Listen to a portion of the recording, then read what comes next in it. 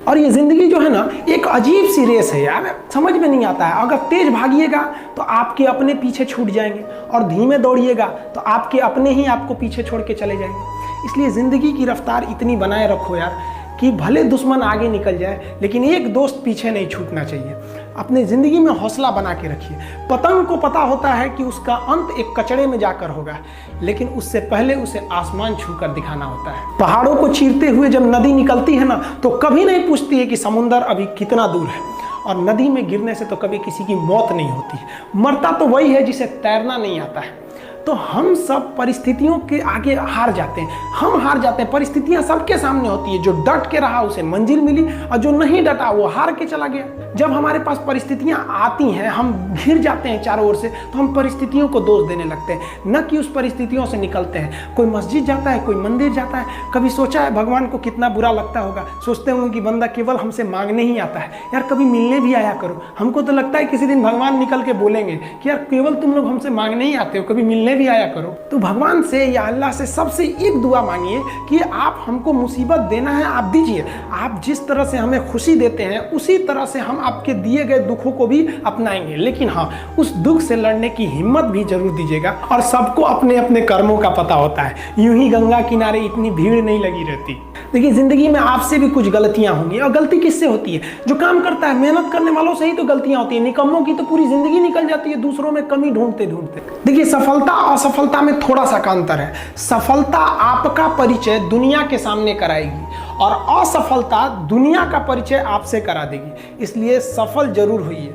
देखिए 97% लोग जो है ना वो थक के किसी काम को छोड़ देते हैं, और जिंदगी भर उन 3% लोगों के लिए काम करने लगते हैं जो कभी भी हार नहीं मानते।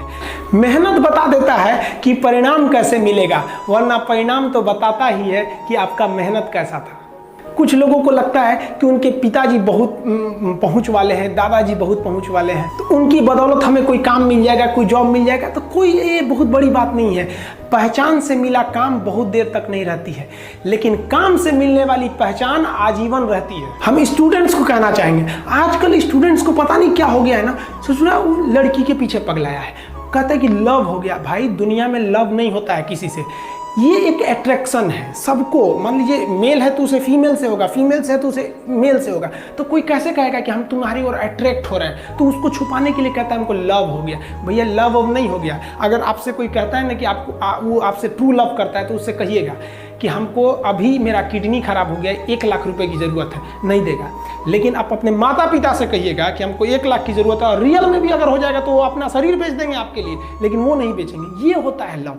लेकिन लोग अट्रैक्शन को लव कहते हैं, उसके लिए पूरी ज़िंदगी बर्बाद कर देते हैं। ये सब बाबू गलत चीज़ है। जो आप अपना देखिए, आप अपना करियर छोड़ के अगर इस सब चीज़ में जाइएगा तो पूरी लाइफ बर्बाद हो जाएगी।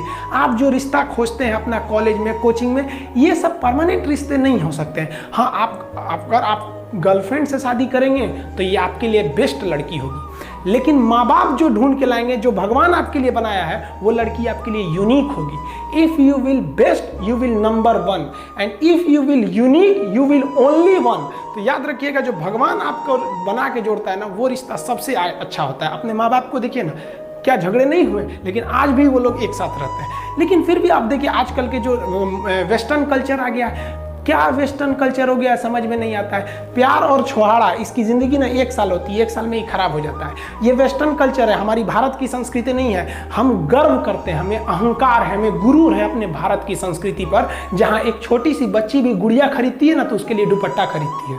और यार अगर आपको दिल लगाना ही है तो किताबों से लगाओ ना यार, बेवफा भी निकलेगी तो मुकद्दर बना के जाएगी।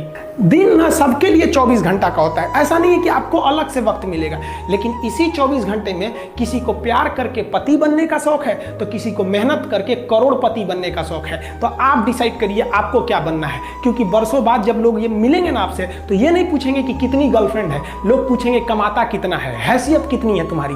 ये दुनिया का उसूल है कि लोग कभी भी आपसे खैरियत नहीं, आपकी हैसियत पूछते हैं। लोग एक दूसरे से वादा करते हैं कि तुम्हारा जिंदगी भर साथ निभाएंगे, कोई किसी का साथ नहीं निभाता है। है। लोग अर्थी और जनाजा भी ले जाते हैं ना 2 कदम, तो कंधे बदल बदल के ले जाते हैं, जबकि पता है कि आखिरी मुलाकात है। और लोग यहाँ कंधा बदल बदल के ले जा रहे हैं और लोग वादे कर रहे हैं कि जिंदगी भर साथ निभाएंगे। कोई साथ नहीं निभाता है।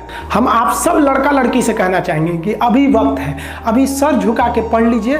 वादा है आपसे कि जिला में सबसे ऊंचा सर आपका होगा। लेकिन अगर अभी आप सोचिएगा आराम करने के लिए, पूरी जिंदगी आपको तकलीफ उठानी पड़ेगी। अगर आज आप किताबों के दीवाने हो गए ना, तो कल दुनिया आपकी दीवानी हो जाएगी।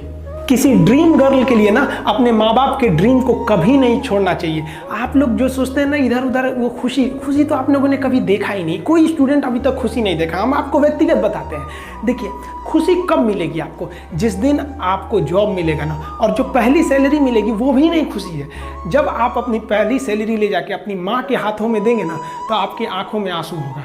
आप याद करेंगे कि जिस माँ की उंगलियों को पकड़कर हमने चलना सीखा, आज उसको हमने अपनी पहली कमाई दिया है। और जब कमाने लगेंगे ना, तब समझ में आएगा कि लाखों रुपए की अहमियत कुछ नहीं है, वो 1 रुपए के आगे जब माँ स्कूल जाते वक्त दिया करती थी। और गौर से देखा करो अपने माँ बाप के आंखों में, ये वो आईने होते हैं जिसमें बच्चे कभी बूढ़े नहीं